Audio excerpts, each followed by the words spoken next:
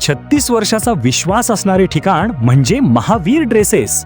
महावीर ड्रेसेसमध्ये तुम्हाला मिळणार सर्व शाळेचे युनिफॉर्म, तेही 365 दिवस. बुलढाणा शहरातील व आसपासच्या परिसरातील सर्व शाळेचे व कॉलेजचे गणवेश मिळतील.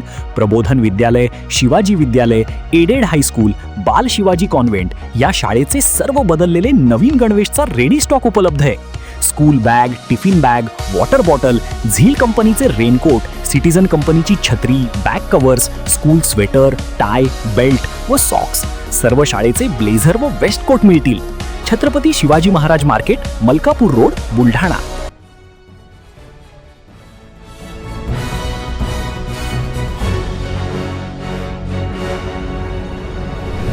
आपण पाहत आहात BCCN न्यूज. त्या अज्ञात महिलेच्या धडावेगळे शीर प्रकरणी दोषी पोलीस होणार बडतर्फ. आमदार रोहित पवारांच्या लक्षवेधीवर मुख्यमंत्र्यांचे आश्वासन. बुलढाण्याच्या जामोद तालुक्याच्या त्या अज्ञात महिलेच्या खून प्रकरणात दोषी असलेल्या पोलीस अधिकारी आणि कर्मचाऱ्यांवर निष्काशनाची कारवाई होणार असून पोलिसांच्या चुकीच्या तपासामुळे काही दिवस जेलमध्ये राहावं लागलेल्या कुटुंबाला देखील आर्थिक मदत करण्याचं आश्वासन मुख्यमंत्री देवेंद्र फडणवीस यांनी दिलं आहे.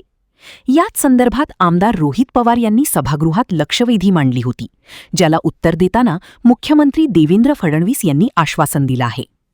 जळगाव जामोद तालुक्याच्या राजुरा शिवारामध्ये एका अज्ञात महिलेचे प्रेत हे धडावेगळे शीर आणि अर्धवट जळालेल्या अवस्थेत आढळून आले होते.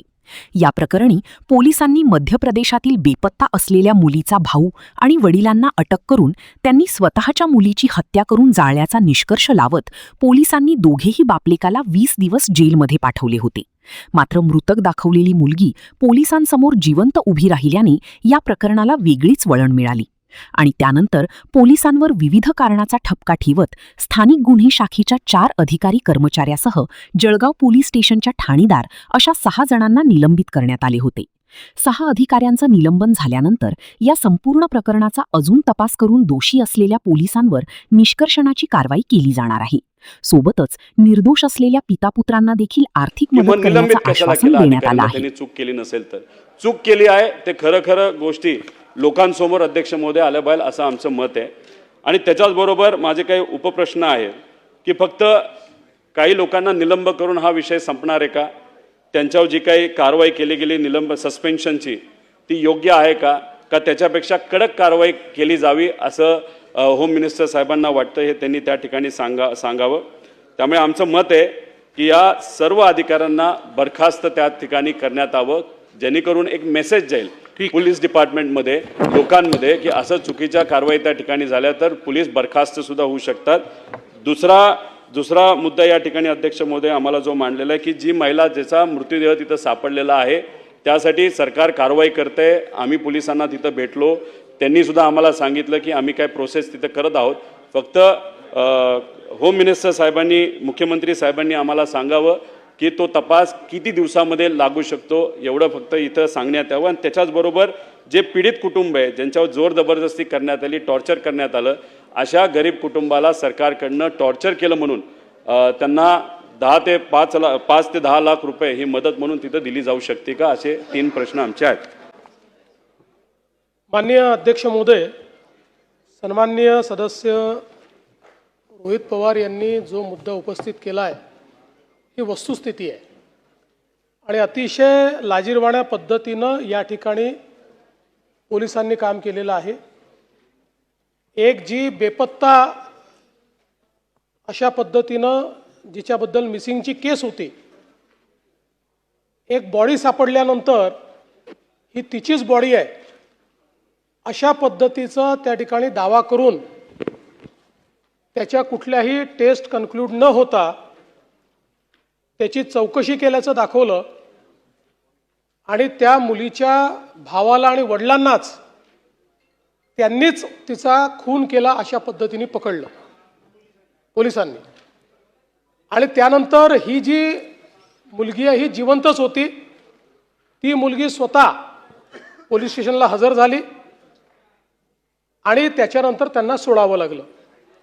आता हा जो मृतदेह सापडला त्याचा वेगळा तपास चाललेला आहे. त्या संदर्भात आता आपण जे नवीन तंत्रज्ञान विकसित केलं आहे त्या तंत्रज्ञानाच्या आधारावर AIचा उपयोग करून जेवढ्या आपल्याकडे 1600-1700 मिसिंग केसेस होत्या त्या सगळ्यातनं 7 लोकांची त्याचा चेहरा जुळलेला आहे, त्यामुळे तो वेगळा तपास करू.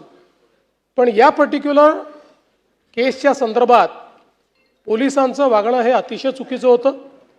त्यामुळे तिथले क्राईमसहित सगळे PI, PSI या घटनेशी संबंधित सगळे या ठिकाणी निलंबित केलेले आहेत. फौजदारी कारवाई देखील त्यांच्यावर करण्यात येणार आहे. आणि आपल्याला माहिती आहे की पहिलं निलंबन असतं, पण याच्यामध्ये ज्यांचा थेट संबंध असेल अशा लोकांचं तर निष्कासनच केलं पाहिजे. त्या दृष्टीने निश्चितपणे विहित प्रक्रिया निलंबनानंतरची पूर्ण करण्यात येईल आणि जे निष्कासनास पात्र असतील त्यांच्यावर निष्कासनाची कारवाई देखील या ठिकाणी केली जाईल. आणि हे जे काही पीडित कुटुंब आहे या कुटुंबाला राज्य सरकारच्या वतीनं आर्थिक मदत केली जाईल.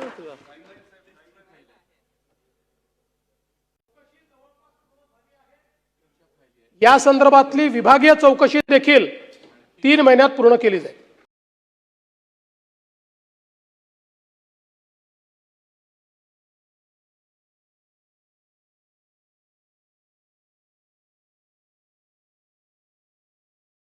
पुण्यात फ्लॅट घ्यायचाय, पण कुठे घ्यायचा, कसा घ्यायचा, कुणावर विश्वास ठेवायचा? फसवणूक तर होणार नाही ना? योग्य दरात मिळेल की नाही? मोठं कन्फ्युजन आहे. चला तर मग सर्व कन्फ्युजन दूर करण्यासाठी संपर्क साधूयात सारंग अहेर यांच्या रेरा रजिस्टर्ड ड्रीमोरा रियालिटीशी. संपर्क सारंग सुधाकर अहेर, ड्रीमोरा रियालिटी. मोबाईल नंबर 82 83 93 91 आणि 62 62 90 910.